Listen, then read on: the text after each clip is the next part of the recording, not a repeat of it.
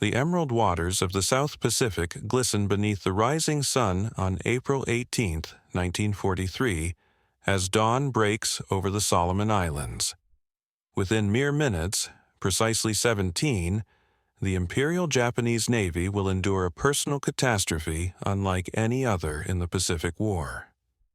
6 hand-picked Zero pilots, selected for what should have been the pinnacle achievement of their military careers, stand on the precipice of Japanese naval aviation's most disastrous failure in recorded history. This narrative transcends the simple retelling of an aerial ambush. We examine a profound question. Why did Japan's elite aviators, flying the Pacific theater's most renowned fighter aircraft, prove unable to safeguard the single individual whose continued existence held more strategic value than entire fleets, captured territories, or decisive engagements? Military historians continue wrestling with this deceptively straightforward yet deeply intricate puzzle. 6 seasoned Zero aviators, deliberately selected for their superior abilities and arranged in protective formation, somehow failed to prevent 2 American bombers from completing their deadly mission in full daylight. The explanation unveils far more than mere tactical incompetence. It exposes a catastrophic convergence of aircraft limitations, flawed strategic thinking, and deadly presumptions that would ultimately claim Japan's most ingenious naval architect.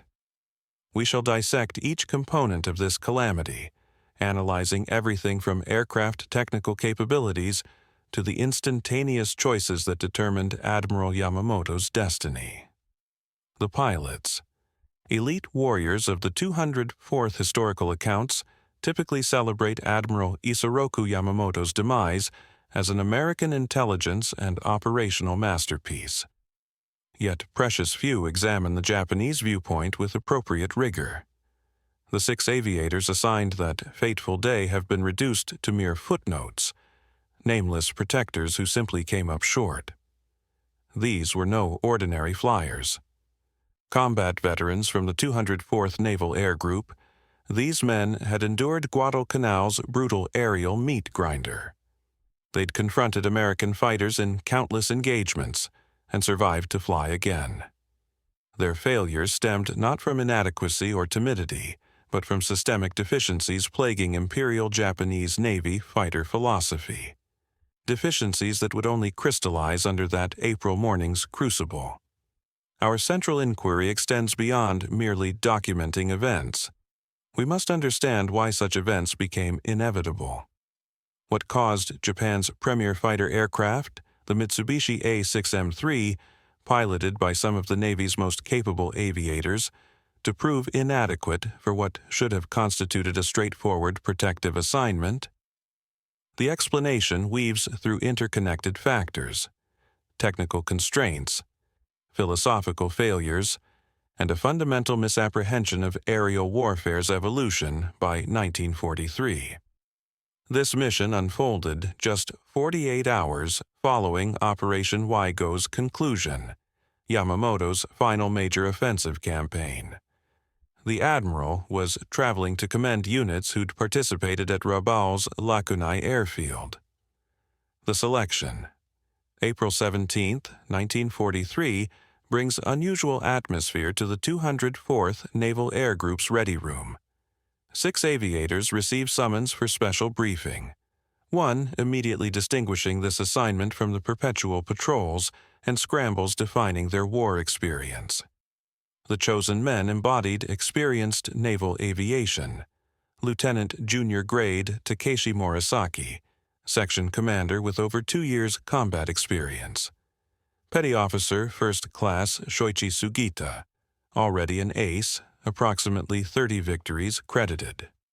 Chief Petty Officer Yoshimi Hidaka, 20 victory ace, whose tactical intelligence had preserved him through Guadalcanal's bloodiest aerial battles. Petty Officer First Class Kenji Yanagiya, 8 confirmed kills, renowned for exceptional marksmanship. Petty Officer First Class Toyomitsu Sujinue, steady veteran possessing nerves of steel. Petty Officer Second Class Yasushi Okazaki, younger than his comrades, yet combat-proven. Commander Tadashi Nakajima of the 204th Air Group personally conducted the briefing. The following day, these 6 would receive the supreme privilege of escorting Admiral Yamamoto himself during an inspection tour to Bougainville. This assignment's gravity transcended ordinary missions. Yamamoto represented far more than mere fleet commander. He embodied Japanese naval strategy's architect, Pearl Harbor's mastermind, and perhaps Japan's sole leader, who genuinely comprehended both the nation's potential and its constraints against America's industrial colossus. The pilots immediately grasped this was no routine sortie, but rather a sacred obligation. The Admiral intended visiting bases at Balale and Buen to congratulate aviators who'd just completed Operation Shingo. The briefing room atmosphere was electric with both pride and apprehension.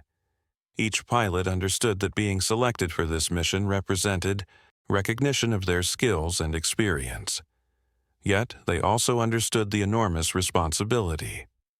Protecting the architect of Pearl Harbor, the man who had transformed the Imperial Japanese Navy into a modern fighting force, was not merely a military assignment, it was a sacred trust. Commander Nakajima's briefing was thorough and methodical. He outlined the route from Rabaul to Balal, the expected flight time of approximately 1 hour and 45 minutes, and the formation they would maintain. The 2 Mitsubishi G4M bombers would fly at approximately 5,000 feet altitude, with the 6 Zero fighters positioned 1,500 feet above and behind in 2 sections of 3 aircraft each. The pilots asked a few questions. The mission seemed straightforward. A routine escort flight over territory where Japanese forces maintained air superiority. Allied fighters from Guadalcanal rarely ventured this far northwest, and Japanese radar installations along the coast would provide advance warning of any approaching enemy aircraft. As the briefing concluded, each pilot felt the weight of history settling on their shoulders. Tomorrow morning, they would fly the most important mission of their lives. The intelligence breakthrough. What those Japanese pilots preparing aircraft at Rabaul couldn't possibly know. 1,600 miles distant at Pearl Harbor, American cryptanalysts had just achieved one of warfare's premier intelligence triumphs. On April 14th, several American radio intercept facilities detected Japanese naval message NTF-131755, encoded in JN25D cipher, a code American codebreakers had been progressively unraveling since before Midway. The message, addressed to commanders of Base Unit No. 1, the 11th Air Flotilla, and 26th Air Flotilla, contained something unprecedented: a comprehensive itinerary of Admiral Yamamoto's forthcoming inspection tour, complete with departure schedules, arrival times, and precise routing. At Fleet Radio Unit Pacific, the decryption revealed Yamamoto's schedule with minute accuracy. Departure from Rabaul, 0, 600 hours. Arrival at Balale Island Airstrip, 0, 800 hours. Surface transit to Shortland Island via Subchaser, 0, 840. Arrival at Shortland, 0, 940. Lunch with senior officers. Departure from Shortland, 1400. Return to Rabaul, 1540. American intelligence personnel could scarcely believe their fortune.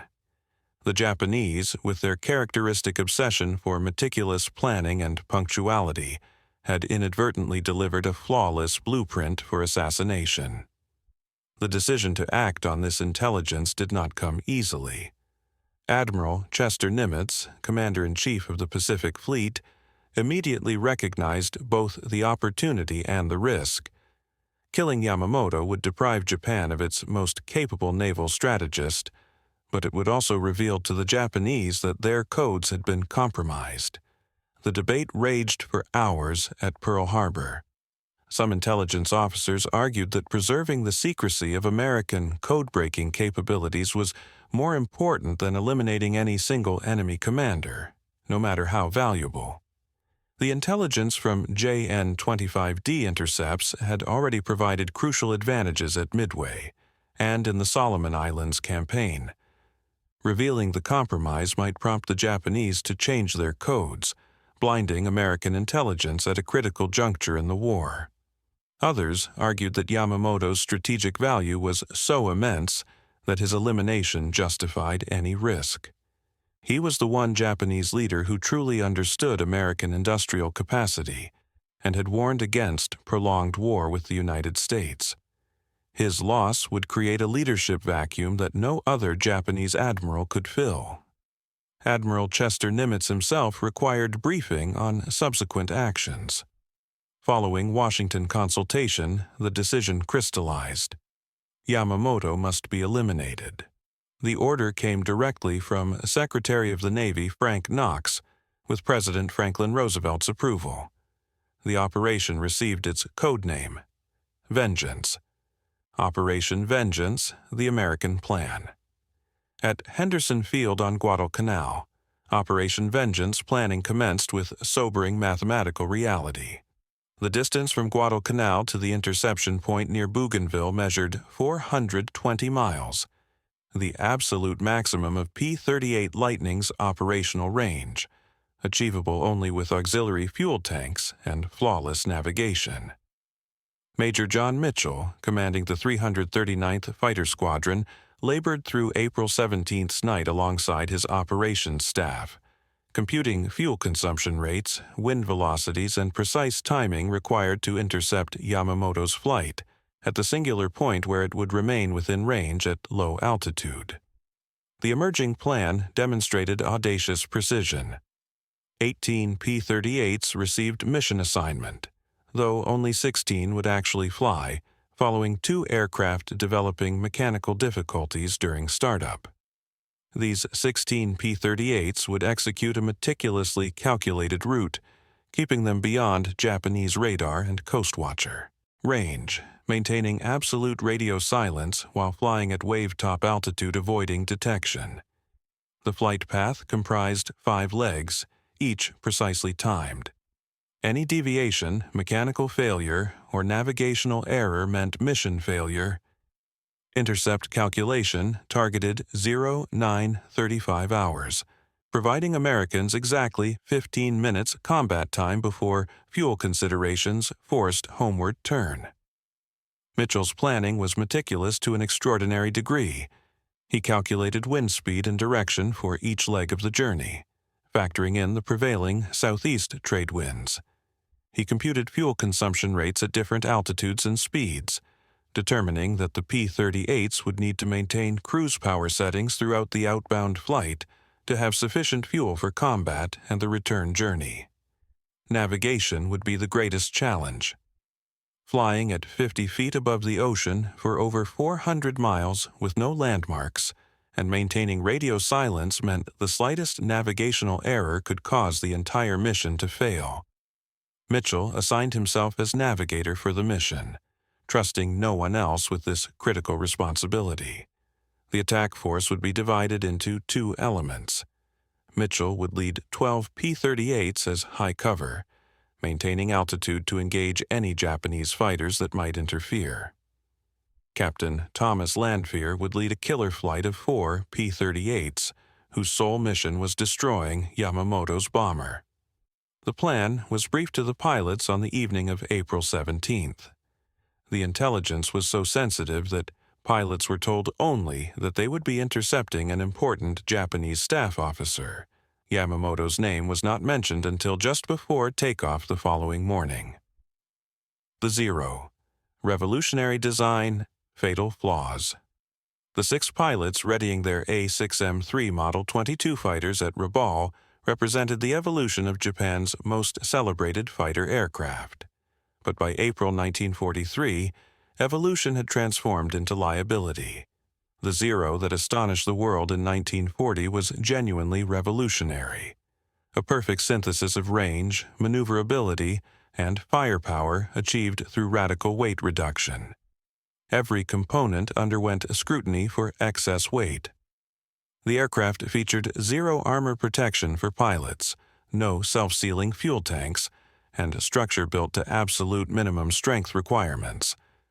The result? A fighter capable of outmaneuvering anything airborne, with range seeming impossible for carrier-based fighters. Yet, by 1943, the Zero's design philosophy had become its Achilles heel. The A-6M3 variant, these pilots flew attempted addressing certain weaknesses. More powerful Seikei 21 engine producing 1,130 horsepower, improved high-altitude performance, and marginally better diving speed. But fundamental vulnerabilities persisted. The Zero still lacked pilot armor, still carried fuel in unprotected tanks, transforming the aircraft into flying torches when struck, and most critically for the approaching mission, still lacked speed to catch or escape the new generation of American fighters.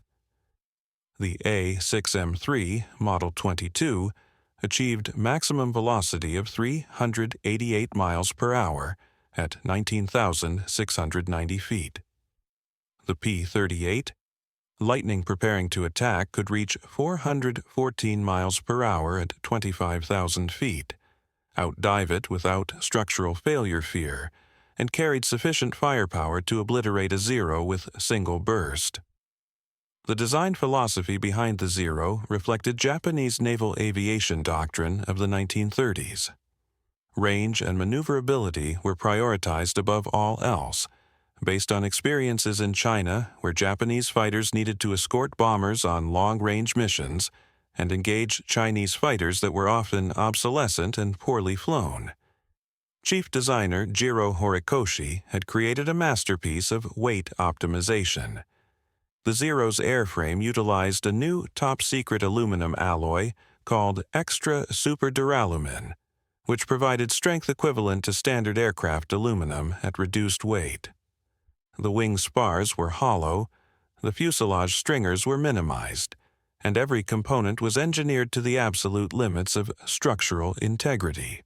The landing gear was exceptionally lightweight, retracting manually through a system requiring the pilot to crank a handle 30 times per leg. The absence of self-sealing fuel tanks saved approximately 200 pounds. The lack of armor protection for the pilot saved another 100 pounds. Even the radio equipment was simplified and lightened compared to Western standards. This obsessive weight reduction allowed the Zero to achieve its remarkable performance. With a wing loading of only 24 pounds per square foot, compared to 35 pounds per square foot for the F-4F Wildcat, the Zero could outturn any Allied fighter in service in 1941. Its range of nearly 1,200 miles was unprecedented for a carrier-based fighter. But the compromises that made the Zero so formidable in 1941 made it vulnerable by 1943. American pilots had learned not to engage Zeros in turning fights. Instead, they employed boom and zoom tactics, diving from altitude, making a single, high-speed pass, and climbing away before the Zero could respond. The P-38 Lightning was particularly suited to this tactic, with its superior speed, climb rate, and diving characteristics.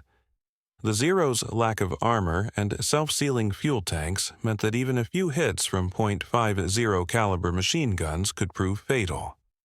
American pilots learned to aim for the engine or fuel tanks, knowing that the unprotected Zero would quickly catch fire.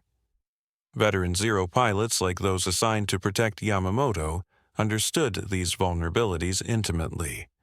They had seen too many friends die in burning cockpits to harbor any illusions about their aircraft's weaknesses.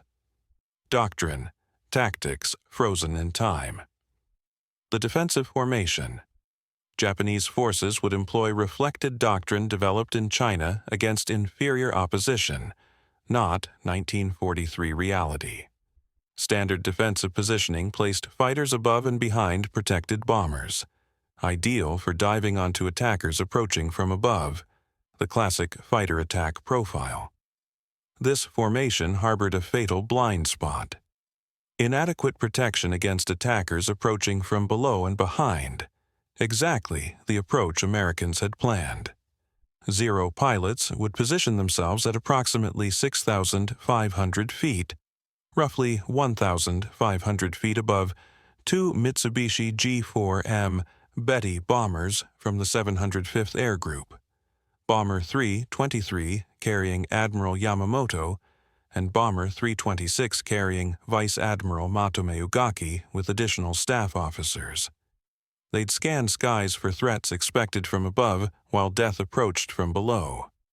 Japanese fighter doctrine in 1943 remained largely unchanged from the tactics developed in China during the late 1930s. Individual pilot skill was emphasized over coordinated tactical maneuvers. Pilots were expected to engage enemy fighters one-on-one, relying on the Zero's superior maneuverability to prevail in turning dogfights. This doctrine had worked brilliantly in China, where Japanese pilots flying modern fighters faced Chinese pilots in obsolescent aircraft with minimal training. It had worked in the opening months of the Pacific War, when Japanese pilots with thousands of hours of training faced Allied pilots who were often inexperienced and flying inferior aircraft. But by April 1943, the tactical situation had fundamentally changed. American pilots were better trained, more experienced, and increasingly flying aircraft that were superior to the Zero in speed, firepower, and structural strength. More importantly, American fighter doctrine had evolved to counter the Zero's advantages. The Thatch Weave, developed by Lieutenant Commander John Thatch in 1942, allowed American fighters to provide mutual support through coordinated weaving maneuvers that prevented Zeros from getting on any single aircraft's tail.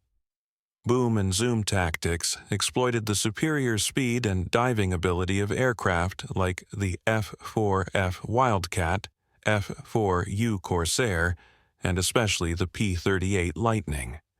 Japanese fighter doctrine had not similarly evolved.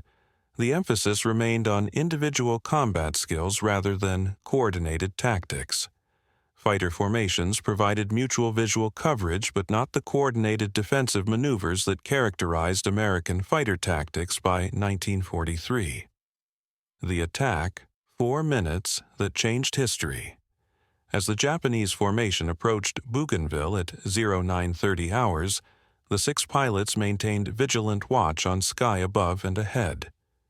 This is where threats invariably originated, diving from the sun, exploiting altitude advantage to build speed for singular slashing attacks. Lieutenant Morisaki, leading the escort, positioned his 2 sections perfectly according to doctrine, maintaining spacing enabling mutual support while covering maximum possible sky area. They were now over Bougainville's jungle, Balal airfield visible ahead, perhaps 5 minutes from landing. The journey's most hazardous segment appeared nearly concluded, but danger came from unexpected quarters. At 0934 hours, Mitchell's top cover flight spotted the Japanese formation precisely as predicted. 2 bombers and 6 fighters in perfect formation, completely oblivious to 16 P-38s approaching from the south at treetop altitude. Mitchell keyed his radio for the first transmission in over 2 hours. Bogies, 11 o'clock high. Captain Thomas Lanfear, leading the killer flight, couldn't believe their fortune. The Japanese were exactly on schedule, exactly where anticipated, and completely unaware of danger below. The P-38s jettisoned drop tanks and commenced their attack. What transpired next occurred with such velocity that participants would debate the exact sequence for decades. The Zero escort, scanning skies above and ocean horizon, failed spotting the olive-drab P-38s climbing from below until already within gun range. American fighters, painted in dark olive and gray, blended almost perfectly with jungle backdrop. A camouflage scheme developed specifically for the Southwest Pacific proving devastatingly effective. By the time Petty Officer Yanagiya, flying the outermost right side position, Spotted approaching P-38s and shouted warning, Lieutenant Rex Barber was already within 50 yards of Yamamoto's bomber, finger on trigger. Barber's attack achieved textbook perfection.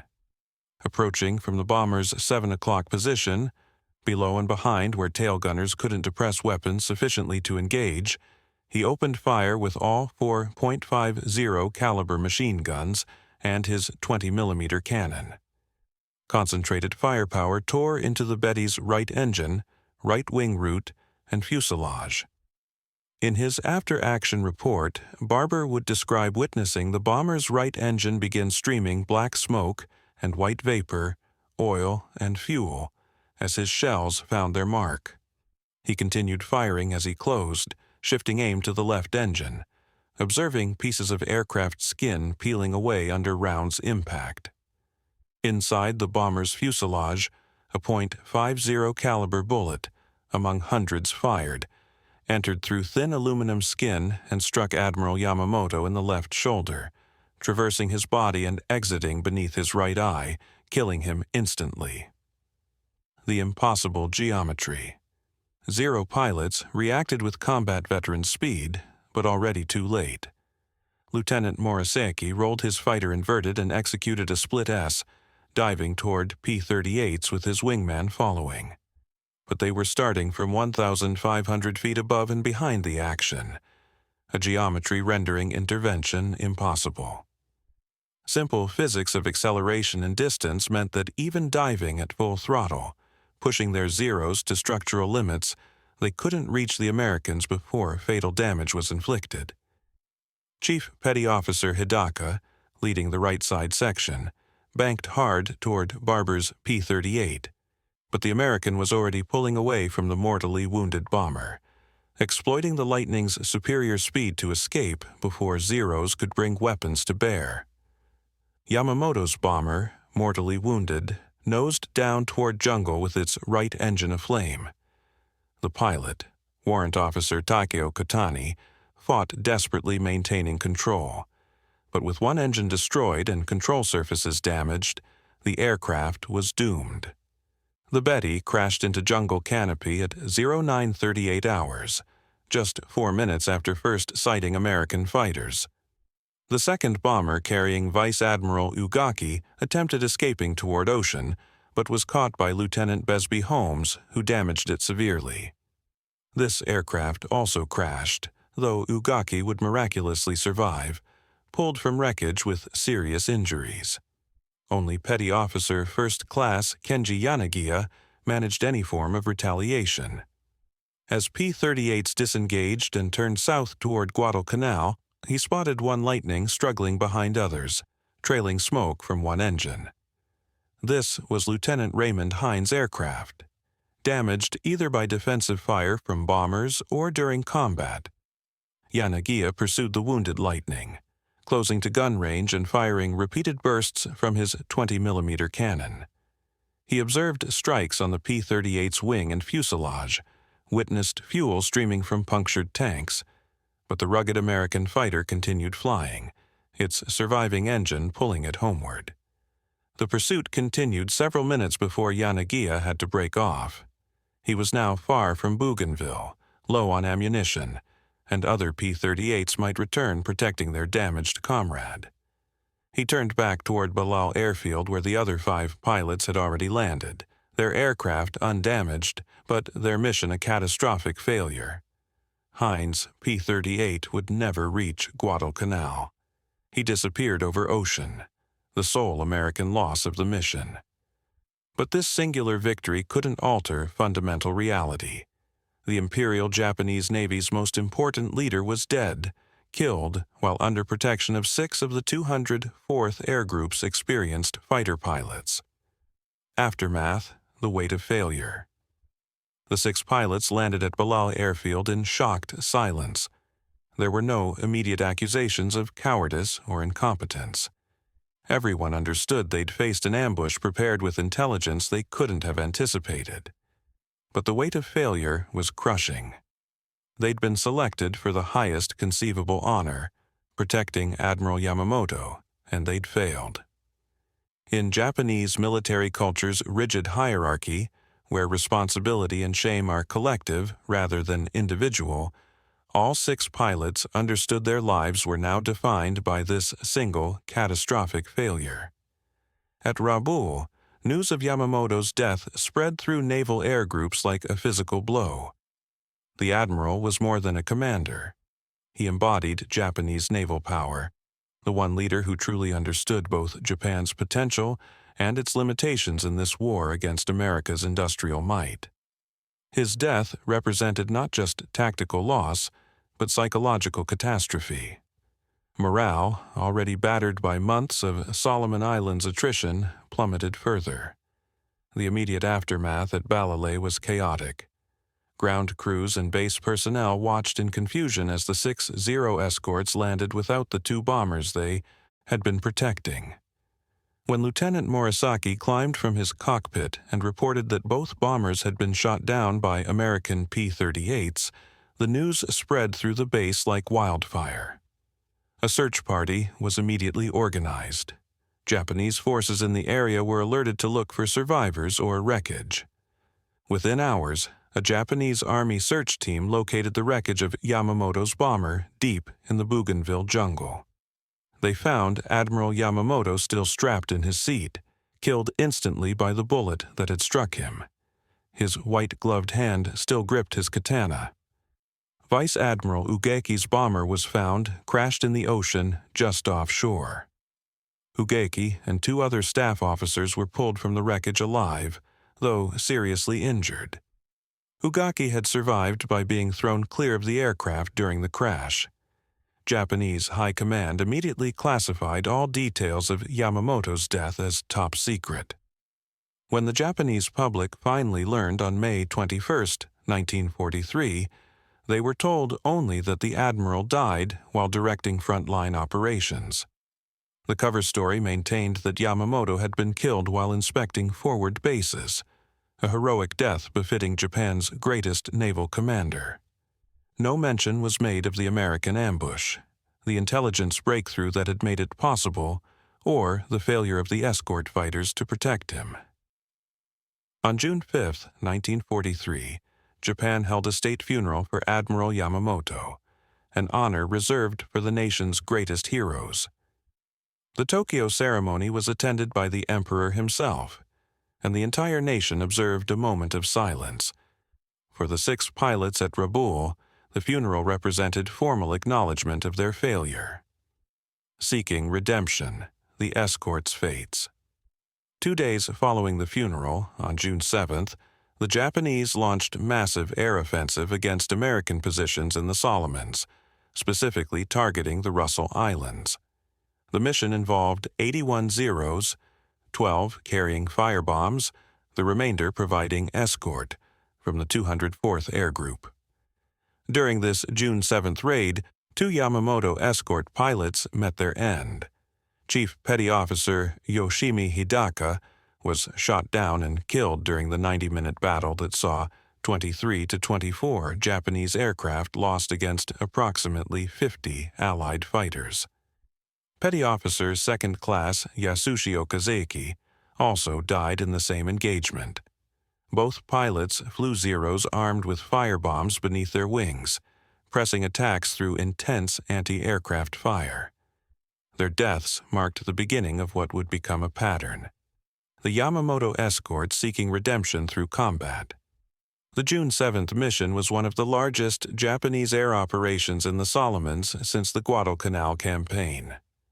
The firebomb-equipped Zeros were intended to destroy American fuel dumps and supply depots on Russell Island. Each aircraft carried a single 250-kilogram incendiary bomb suspended beneath the fuselage. The mission was tactically suicidal. Zeros carrying external ordnance lost much of their maneuverability advantage, and attacking ground targets required them to descend through intense anti-aircraft fire. The American fighter cover over Russell Island was overwhelming. F-4, F Wildcats, and F-4U Corsairs from multiple squadrons scrambled to intercept the Japanese strike. Hidaka and Okazaki both completed their bombing runs before being shot down. Witnesses reported seeing Hidaka's Zero explode in midair after being hit by anti-aircraft fire. Okazaki's aircraft was last seen diving toward the ocean trailing flames, pursued by 2 corsairs. During the same June 7th raid, Petty Officer First Class Kenji Yanagiya's war took a different turn. After completing his bombing run on Russell Island, 2 F-4F Wildcats caught his Zero in a climbing turn. Despite desperate evasive maneuvers, American .50 caliber rounds smashed into his cockpit. One bullet struck his right hand as it gripped the control stick, destroying it almost completely. Only his small finger remained attached. Another round tore through his right leg, severing arteries and filling his flight boot with blood. Somehow, Yanagiya maintained consciousness and aircraft control using only his left hand. Fighting against shock and blood loss, repeatedly shouting to keep himself awake, he managed flying his crippled Zero to the Japanese base at Munda. Unable to lower landing gear with his destroyed right hand, he belly landed on the coral runway. Japanese Marines pulled him from the cockpit, more dead than alive, immediately amputating what remained of his right hand. Against all odds, he survived and was evacuated to Japan. His war was over, but his life preserved. On June 16, 1943, Lieutenant Junior Grade Takeshi Morisaki, the escort flight leader, was killed while attacking Allied transports off Lunga Point, Guadalcanal. He died alongside Squadron Leader Lieutenant Zenjiro Miyano during another raid against American shipping. Morisaki's death, coming just 9 days after Hidaka and Okazaki left, only 2 of the original 6 escorts still flying. On July 1, 1943, Petty Officer First Class Toyomitsu Sujinue went missing in action during an escort mission for dive bombers attacking the Allied anchorage at Rendova Island. He was never seen again, his fate unknown. With Tsujinue's disappearance, only one member of the original escort remained in combat: Petty Officer First Class Shoichi Sugita. Sugita, the last warrior. Shoichi Sugita, already credited with approximately 30 victories when Yamamoto died, chose a different interpretation of redemption. Rather than seeking immediate death like his comrades, he decided that destroying American aircraft represented better atonement than a single glorious death. Throughout summer 1943, Sugita continued adding to his score in skies over the Solomon Islands. By August, he'd raised his tally to approximately 40 victories, becoming the leading ace in the Solomon Islands campaign. In August 1943, Sugita's first close call with death came when his Zero was caught by American fighters while attacking bombers. His aircraft was hit in the engine and caught fire. In an act most Japanese pilots would consider shameful, Sugita bailed out of his burning fighter, parachuting into Japanese-held territory with severe burns. After treatment, he was evacuated to Japan for recovery, temporarily ending his combat career. By March 1944, after 7 months' recovery, Sugita returned to combat as a petty officer second class with the 263rd Air Group in Guam. The Pacific War had shifted dramatically in his absence. Americans had seized the Marshall Islands, neutralized Truk, and were preparing to assault the Marianas. In June 1944, his unit merged with the 201st Air Group in the Philippines, which was reorganized as the first official kamikaze unit under Vice Admiral Takejiro Onishi. Sugita refused kamikaze missions and was ordered back to Japan. Sugita participated in what Americans would call the Great Marianas Turkey Shoot, the aerial component of the Battle of the Philippine Sea. On June 19th, Japanese naval aviation launched its largest carrier operation since Midway. The result was catastrophic. American fighters and anti-aircraft guns destroyed over 300 Japanese aircraft. Sugita survived when his unit, the 263rd Air Group, was essentially annihilated. 6 aircraft attempted escaping to Guam but were ambushed by F-6F Hellcats. 5 were shot down immediately. Sugita's Zero, hit repeatedly with navigation equipment destroyed, somehow made it to a Japanese base on Rota, the sole survivor of his entire unit. In January 1945, now a chief petty officer, Sugita joined the elite 301st Fighter Squadron of the 343rd Naval Air Group at Kanoya Air Base in Kyushu. By this time, he'd accumulated 70 officially credited victories. The 343rd Naval Air Group represented one of Japan's last elite fighter units. Equipped with the Kawanishi N-1K2J Shidenkai, one of Japan's best fighters of the war, the unit was tasked with defending the Japanese home islands against American bomber raids. Sugita's experience and skill made him one of the unit's most valued pilots. But by early 1945, even elite pilots flying advanced fighters could do little against the overwhelming numbers of American aircraft attacking Japan. On April 15, 1945, almost exactly 2 years after Yamamoto's death, American carrier aircraft attacked Kanoya. F-6F Hellcats from USS Independence and USS Randolph caught the 343rd Air Group during takeoff. Sugita's Kawanishi N-1K2J Shidenkai fighter was hit just as it became airborne, crashing just beyond the runway. He died instantly at age 20, having survived longer than any other combat pilot from the Yamamoto escort, but never achieving the redemption he sought. Yanagiya, the sole survivor. In Japan, Kenji Yanagiya underwent long recovery from his June 7, 1943 wounds. The amputation of his right hand ended any possibility of returning to combat. Promoted to warrant officer and assigned as instructor at Kasumigaura Naval Air Station, he trained new pilots for the war's remainder. When Japan surrendered on August 15, 1945, Yanagiya was one of approximately 5,000 surviving Japanese naval aviators from the more than 25,000 who served during the war. After the war, Yanagiya returned to Tokyo and found work in a small trading company. For nearly 3 decades, he told no one about his role in the Yamamoto mission. The burden of being the escort's sole survivor remained private shame he couldn't share. In the mid-1970s, Japanese aviation historian Akira Yoshimura, researching a book about the Yamamoto mission, discovered through investigation that one escort pilot survived the war. He tracked down Yanagiya, now in his 50s, working in Tokyo. Through multiple interviews, Yanagiya's story emerged for the first time. The selection for the mission, the pride of being chosen, the formation over Bougainville, the devastating speed of the American attack, the impossible physics of intervention. Yanagiya provided the first Japanese perspective on the mission's failure.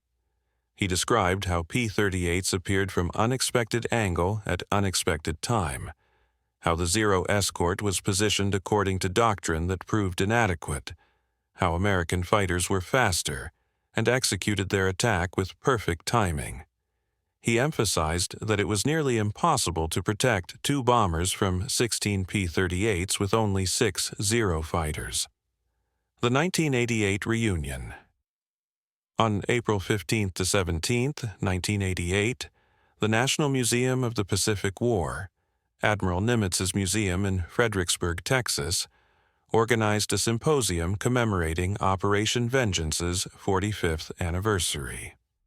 8 surviving American pilots attended, and through Japanese contacts they extended an invitation to Yanagiya. He accepted, making his first trip to America at age 68. Contemporary newspaper accounts from the Deseret News explicitly identified the lone Japanese attending the meeting as former Zero pilot Kenji Yanagiya. During the symposium, Yanagiya met mission leader John Mitchell and presented him with a small handheld compass. He shook hands with Rex Barber and other American pilots.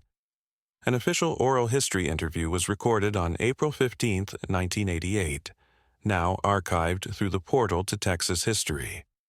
Video documentation captures panel discussions featuring Yanagiya alongside American pilots including Frank Holmes, Lewis Kittle, Jack Jacobson, Douglas Canning, and Roger Ames. The reunion was remarkable for its lack of animosity. The American and Japanese pilots, former enemies who had tried to kill each other 45 years earlier, met as veterans sharing a common experience. They discussed tactics, aircraft performance, and the events of that April morning with professional respect. Yanagiya explained the Japanese perspective in detail. He described the formation they had flown, the defensive doctrine they had followed, and why they had failed to detect the approaching P-38 until too late. The American pilots listened with interest, many hearing for the first time how the Japanese had viewed the engagement. The symposium also addressed the controversy over who actually shot down Yamamoto's bomber, a debate between Rex Barber and Thomas Lanphier that had persisted for decades. Yanagiya's testimony provided crucial perspective, confirming that only one P-38 had attacked Yamamoto's aircraft from the rear while another engaged the second bomber. Yanagiya lived another 20 years after the symposium, giving interviews and appearing in documentaries. He maintained that failure to protect Yamamoto was inevitable given the circumstances. Obsolescent aircraft, outdated doctrine, and facing an enemy who knew exactly when and where to strike. On February 29, 2008, Kenji Yanagiya died at age 88, the last witness to one of World War II's most consequential minutes. Analysis: why they failed. The failure to protect Admiral Yamamoto on April 18, 1943 was ultimately a failure of technology and intelligence rather than courage or skill. Technological mismatch. The Zero, revolutionary in 1940, was dangerously obsolescent by 1943. Its lack of armor, self-sealing fuel tanks, and most critically competitive speed made it incapable of countering American boom and zoom tactics. The P-38 Lightning could engage and disengage at will, dictating combat terms in a way that negated the Zero's advantages in maneuverability. The A-6M3, Model 22's maximum speed of 388 miles per hour at 19,690 feet, was significantly slower than the P-38's 414 miles per hour at 25,000 feet. The Lightning's twin Allison engines produced 2,800 to 3,450 combined horsepower versus the Zero's single 1,130 horsepower Seikei 21.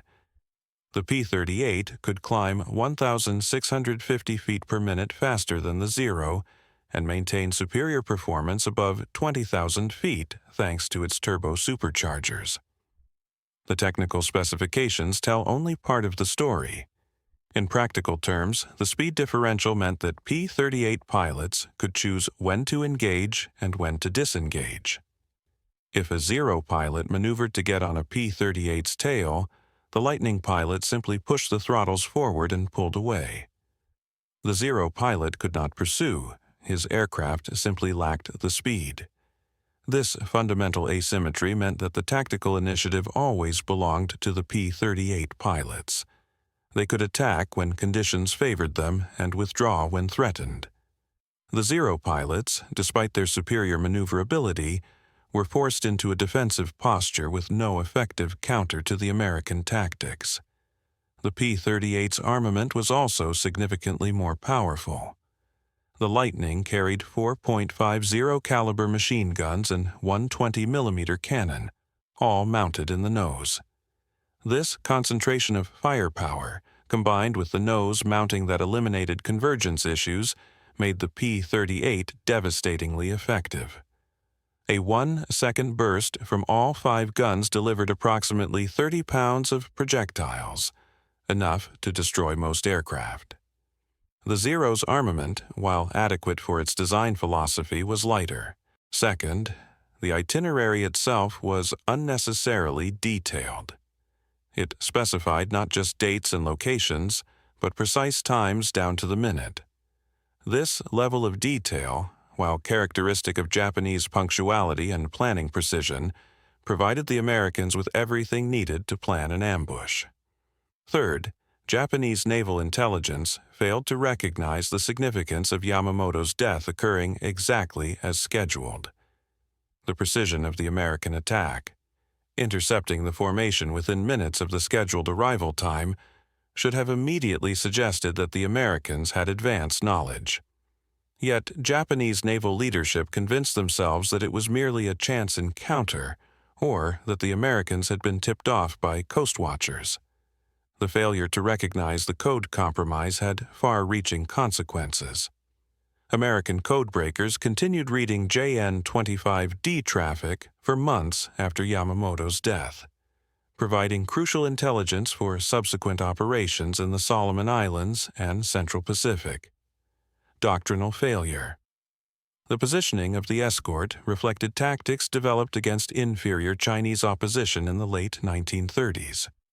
The assumption that attacks would come from above, the spacing that prevented mutual support, and the altitude differential that made rapid intervention impossible all contributed to the failure.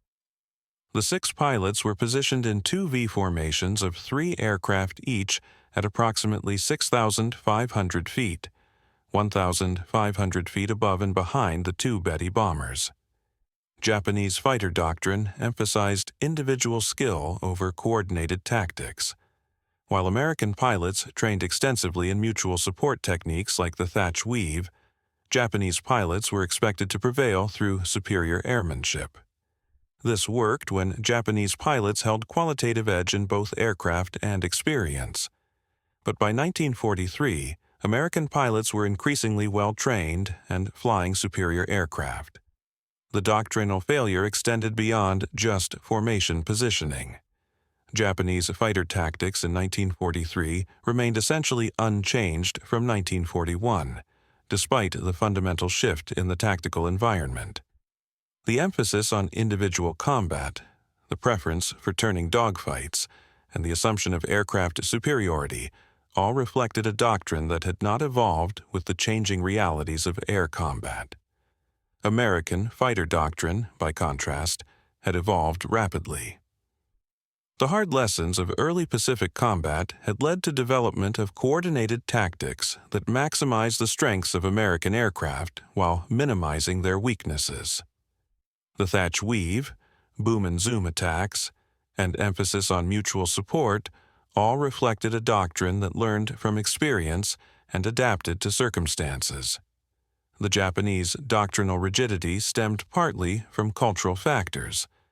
The emphasis on spiritual strength and individual warrior spirit made it difficult to admit that victory might depend on tactics and technology rather than courage and skill. The belief that a skilled pilot in a maneuverable aircraft would always prevail over a less skilled pilot in a faster aircraft was deeply ingrained. This doctrinal inflexibility proved fatal on April 18, 1943. The escort formation was positioned exactly as doctrine prescribed, but doctrine had not accounted for enemy fighters approaching from below at high speed. When the P-38s attacked, the Zero pilots reacted exactly as they had been trained, but their training was inadequate for the situation they faced. Legacy and lessons. For the 6 pilots who flew escort on April 18, 1943, the failure defined the remainder of their lives. Within 3 months, 4 were dead. Hidaka and Okazaki on June 7th, Morisaki on June 16th, and Sujinue missing on July 1st. Shoichi Sugita survived until April 15, 1945, accumulating 70 official victories before dying during a takeoff scramble at Kanoya. Only Kenji Yanagiya survived the war, living with the burden of failure until 2008. The 204th Air Group, from which all 6 escorts came, suffered severe losses throughout 1943. The unit had been formed on November 1, 1942, by renaming the 6th Air Group and operated from Rabaul during the Solomon Islands campaign. By war's end, few of its original pilots survived. The 204th Air Group's history exemplifies the attrition that destroyed Japanese naval aviation. In November 1942, the unit arrived at Rabaul with approximately 60 experienced pilots.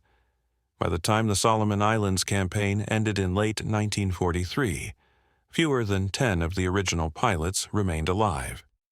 The unit was repeatedly reinforced with replacement pilots, but these replacements increasingly lacked the training and experience of the original complement. The attrition rate among Japanese naval aviators in the Solomon Islands was catastrophic. Between August 1942 and November 1943, Japanese naval aviation lost over 2,000 pilots killed in action. These losses could not be replaced. Japan's training pipeline produced new pilots far more slowly than they were being killed, and the replacements lacked the extensive training of pre-war aviators. By 1944, the quality differential between Japanese and American pilots had reversed completely. American pilots entering combat typically had over 300 hours of flight training, including extensive gunnery practice and tactical instruction. Japanese replacement pilots by 1944 often had less than 100 hours total flight time and minimal combat training. Yamamoto's death dealt a psychological blow to Japan from which it never recovered. He was not merely a fleet commander, but the intellectual architect of Japanese naval strategy. His understanding of American industrial capacity, his warnings about protracted war, and his ability to conceive operations like Pearl Harbor made him irreplaceable. His successor, Admiral Minechi Koga, lacked Yamamoto's vision and charisma. Koga was a competent administrator, but not a strategic innovator. He continued Yamamoto's defensive strategy in the Central Pacific but lacked the authority and imagination to adapt Japanese strategy to the deteriorating situation. When Koga himself was killed in March 1944, when his aircraft disappeared during a flight, the Imperial Japanese Navy lost another commander without finding adequate replacement. For the Americans, the successful assassination validated their intelligence capabilities and demonstrated their growing ability to execute complex, long-range operations. The mission became a template for similar operations throughout the Pacific War. Operation Vengeance demonstrated that American forces had achieved the technical, tactical, and intelligence capabilities necessary to conduct precision operations deep in Japanese-controlled territory. The mission's success encouraged similar long-range operations, including the submarine campaigns against Japanese shipping and the island-hopping strategy that characterized the Central Pacific Offensive. The harsh truth. Could the Zero escort have saved Yamamoto if positioned differently? The harsh answer is probably not. Even if they'd spotted the P-38 seconds earlier, even if positioned lower, the speed and firepower advantage of American fighters was decisive. The P-38s needed only seconds to destroy the unarmored Betty bombers. The Zeros might have made the attack more costly, but they couldn't have prevented it. The mathematical reality was unforgiving. The P-38s approached at over 350 miles per hour at low altitude, climbing to attack position. By the time the Zero pilots detected them and reacted, the Americans were already within gun range of the bombers. Even if the Zeros had been positioned 1,000 feet lower, they still would have required approximately 15 seconds to dive into firing position, more than enough time for the P-38s to complete their attack. Alternative formations might have provided better protection, but only marginally. Positioning all 6 Zeros at the same altitude as the bombers would have provided immediate defensive coverage, but would have sacrificed the ability to dive on attackers from above. A staggered formation with fighters at multiple altitudes might have been more effective, but such formations were not part of Japanese doctrine. and would have required the pilots to maintain visual contact across greater altitude separations, difficult in the high workload environment of formation flying. The fundamental problem was one of geometry and physics. 6 fighters, no matter how well positioned, cannot provide complete defensive coverage against 16 attackers who know exactly when and where to strike. The defenders must watch all possible approach vectors simultaneously, while the attackers need only approach from a single direction at a time of their choosing. The story of why Japanese pilots failed to protect Admiral Yamamoto is thus not merely a tale of a single mission gone wrong, but a microcosm of Japan's larger defeat in the Pacific War.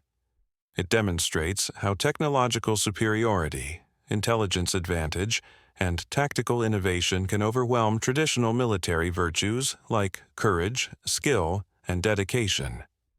The 6 pilots represented experienced naval aviation, but by April 1943, experience was no longer enough. The wreckage of Betty Bomber No. 323 remains in the Bougainville jungle, a memorial to Admiral Yamamoto and his staff. The 6 pilots who failed to protect him are remembered primarily through Yanagiya's testimony. Their failure deserves consideration, for it encapsulates the tragedy of the Imperial Japanese Navy in the Pacific War. Skilled warriors undone by technological inferiority, doctrinal rigidity, and intelligence failures. The site of the crash has become a pilgrimage destination for Japanese veterans and historians. The wreckage, remarkably well preserved in the jungle environment, includes Yamamoto's seat and portions of the fuselage. Local residents constructed a small memorial near the site in the 1970s. The Solomon Islands government has preserved the crash site as a historical landmark, recognizing its significance in World War II history. Several artifacts from the crash were recovered over the years, including Yamamoto's katana, uniform elements, and personal effects. These items were returned to Japan and are displayed in various military museums. The sword, in particular, has become a revered relic, symbolizing both Yamamoto's service and the ultimate defeat of Imperial Japan. The crash site represents more than just the death of one admiral. It symbolizes the turning point in the Pacific War, when Japanese forces transitioned from offensive to defensive operations, when American industrial and technological superiority began asserting itself decisively, and when the outcome of the war became increasingly inevitable. Kenji Yanagiya died on February 29, 2008 at age 88, the last witness to one of World War II's most consequential minutes. With his passing, the story of the Yamamoto escort passed from living memory into history. But the lessons remain relevant.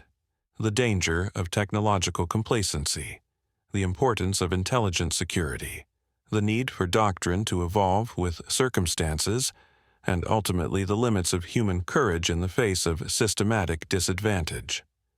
These lessons transcend the specific circumstances of April 18, 1943. They apply to military organizations in any era facing technological change and evolving threats. The tendency to cling to doctrine that worked in the past, the difficulty of admitting that cherished equipment has become obsolete, the challenge of maintaining intelligence security in an age of electronic communications. All these issues remain relevant to modern military forces. The story also illustrates the decisive importance of intelligence in modern warfare. The ability to read enemy communications, to know enemy plans in advance, and to act on that intelligence effectively can provide advantages that overwhelm tactical and operational skill. Operation Vengeance succeeded not because American pilots were braver or more skilled than their Japanese counterparts, but because American intelligence gave them the information needed to plan and execute a perfect ambush. The 6 Zero pilots who flew on April 18, 1943 were not failures. They were men asked to do the impossible, and their inability to achieve it marked not their inadequacy, but the beginning of the end for Imperial Japan. They flew obsolescent aircraft, followed outdated doctrine, and faced an enemy who knew exactly when and where to strike. Their story represents one of the Pacific War's most poignant tragedies. Warriors defeated not by lack of courage, but by the changing nature of war itself. The names of the 6 pilots deserve to be remembered alongside the name of the admiral they tried to protect. Lieutenant Junior Grade Takeshi Morisaki, Petty Officer First Class Shoichi Sugita, Chief Petty Officer Yoshimi Hidaka, Petty Officer First Class Kenji Yanagiya, Petty Officer First Class Toyomitsu Tsujinua, and Petty Officer Second Class Yasushi Okazaki. They were skilled aviators, experienced combat veterans, and dedicated warriors who gave their lives, or, in Yanagiya's case, bore the burden of survival, in service to their country. Their failure to protect Yamamoto was not a failure of courage or skill, but a failure of the system that sent them into an impossible situation with inadequate tools and obsolete doctrine. They deserved better aircraft, better tactics, and above all, better intelligence security that would have prevented the Americans from knowing Yamamoto's schedule. In the final analysis, the 6 escorts were victims of the same systemic failures that doomed Imperial Japan: technological complacency, doctrinal rigidity, intelligence vulnerabilities, and strategic overreach. Their story, tragic as it is, provides valuable lessons for understanding not just one aerial engagement, but the entire trajectory of the Pacific War and the nature of modern military conflict.